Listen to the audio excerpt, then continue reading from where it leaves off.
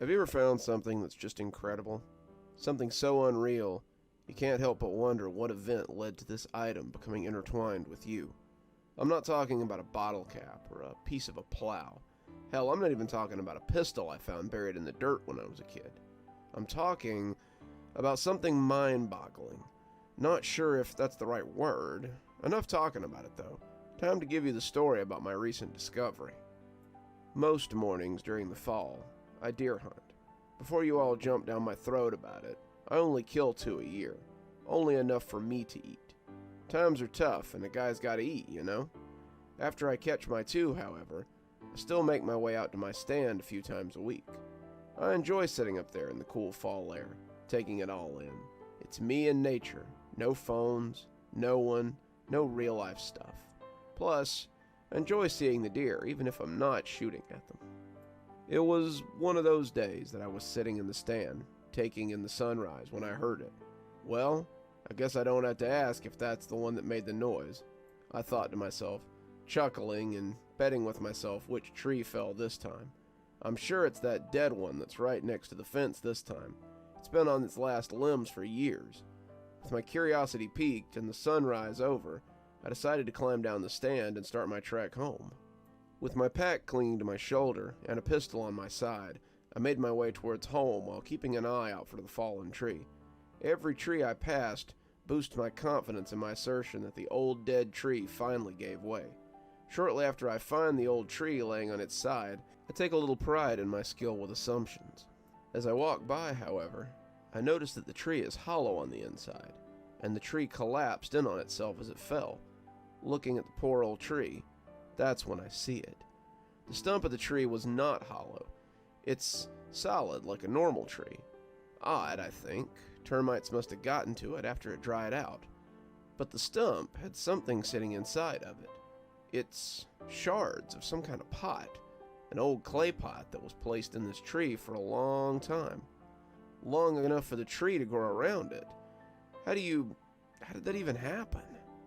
Thoroughly intrigued, I look through the pieces of the clay shattered in the stump, and the first thing that sticks out is it isn't clay. It's a piece of cloth, and a piece of thin rope around a circular piece of clay, which I presume was the top of the pot. The other eye-catching part of this is a large, round, flat piece of clay that appears to be the bottom of the pot. I know what you're thinking. Wow, pots have bottoms. What a fascinating thing to realize. Well, smartass, it's not that it's a bottom. Obviously, it has a bottom, but the symbol on the bottom is what caught my eye. A 5-pointed star with a tiny small star in each of the triangles of the star's end. A squiggly symbol, maybe meant to look like smoke if you squint at it just right. The engraving wasn't perfect. Still, it's a pretty interesting thing to put on the bottom of a clay pot. Even more so when you seal the pot with a cloth and put it in a tree. I decided to take it with me. At the very least, it would be an interesting trinket to show everyone at my dinner party. While putting the piece in my bag, one of the shards pricked my finger, letting a little drop of blood roll into the pack with the pieces. Once the house was in sight, I was thinking of one thing. Is this pot worth something? It's clear that this thing is a relic, so who's to say it's not valuable to some institution or study or museum or another? Unsure of what to make of something's value, I decided to examine the piece again and see if I can find any clues to help me identify who made this thing and what it is. My immediate guess was that it was Native American or something. Did they even have clay-making abilities?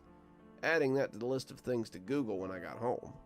After a thorough inspection, I can't find anything that sets this apart from a standard clay pot at any store that sells clay pots, other than its weathered exterior.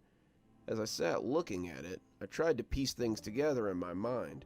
My mind jumps to, it looks like a pot from Zelda, but something tells me it probably looks a little different, what with its lack of cell shading and all. After noticing that I've been staring at these pieces for hours, I decide it might be time to put some effort somewhere else for the rest of the day. Nothing bothers me about the puzzle that's unfinished. It sticks in the back of my mind all day, thinking about what it could be. As I lay down in bed that night, I'm still thinking about that damn pot with the symbol, and it just doesn't make any sense. As I drift off to sleep, I see myself in a dream. Myself in a bed. My point of view in the dream is from the bedroom ceiling. My body lays there, still softly breathing in and out. That's when I see it, out of the corner of my eye. It's a figure.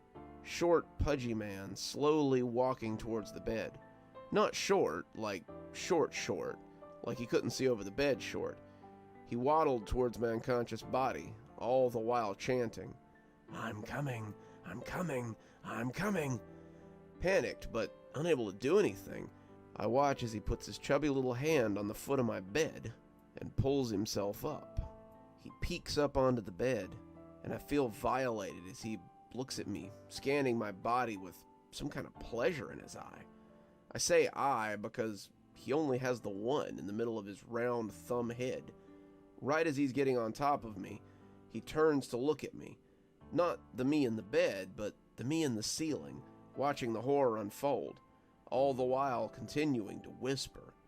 Leaping out of my bed, I realized it was only a dream. Wiping the sweat off my face and trying to catch my breath, my throat screams in pain and feels like I've swallowed a razor blade. Like I had my mouth open all night. Nothing some cough medicine wouldn't fix, I supposed. I jumped in the shower because I guess in all the excitement over the pot I forgot to take one last night and had dirt all over my clothes. Not even sure where I'd picked up that much dirt.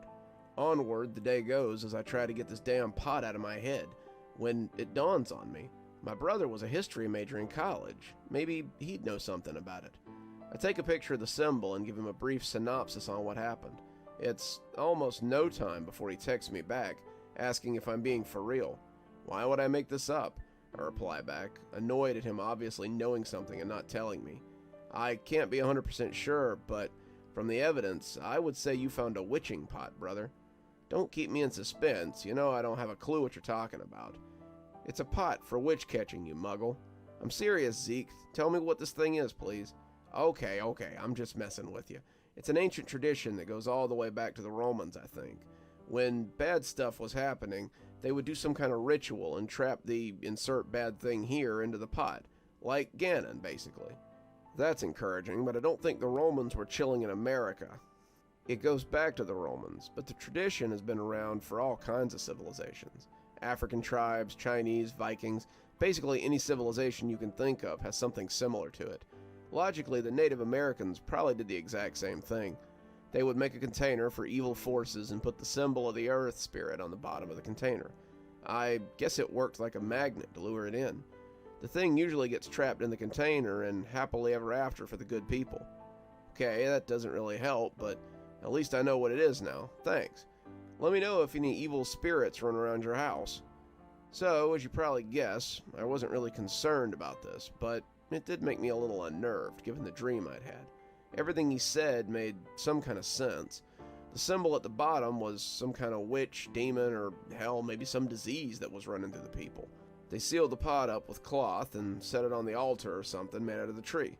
Some years later, you get a tree with a pot in it. My throat continued to burn throughout the day with no help from the medicine. I finally stopped fighting it, and after a few hours I went back to bed, hoping to sleep it off.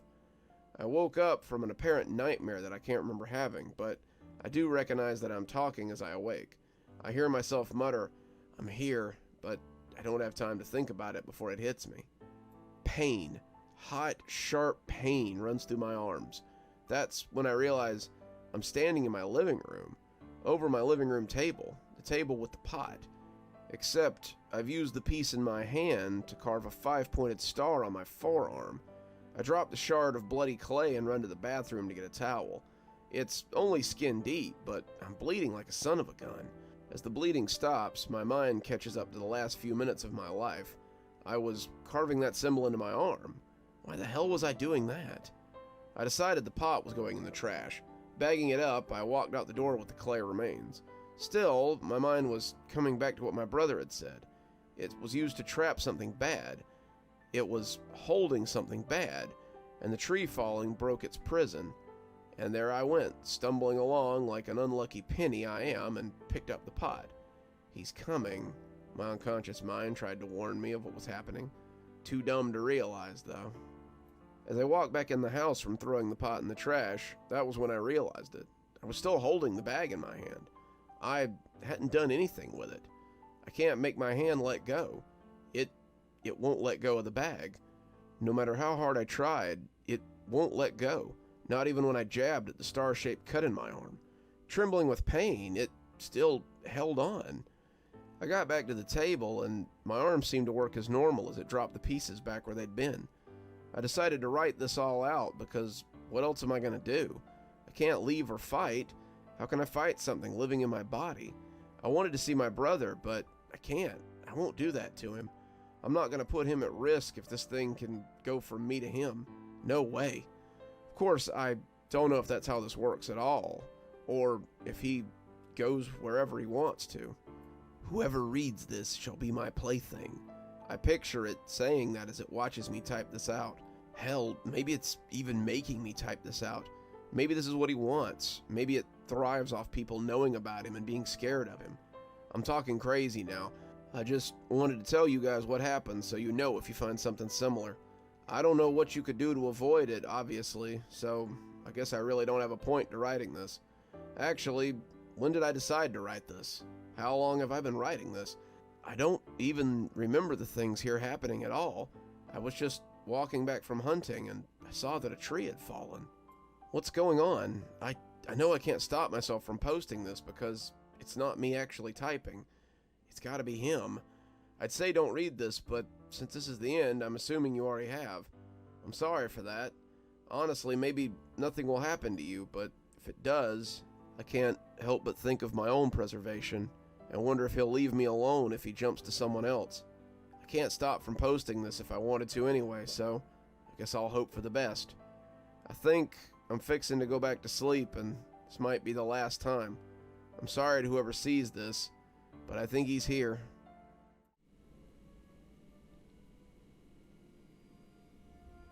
Good evening, everyone. It's me, Dr. Plague. Thank you so much for joining me for tonight's story.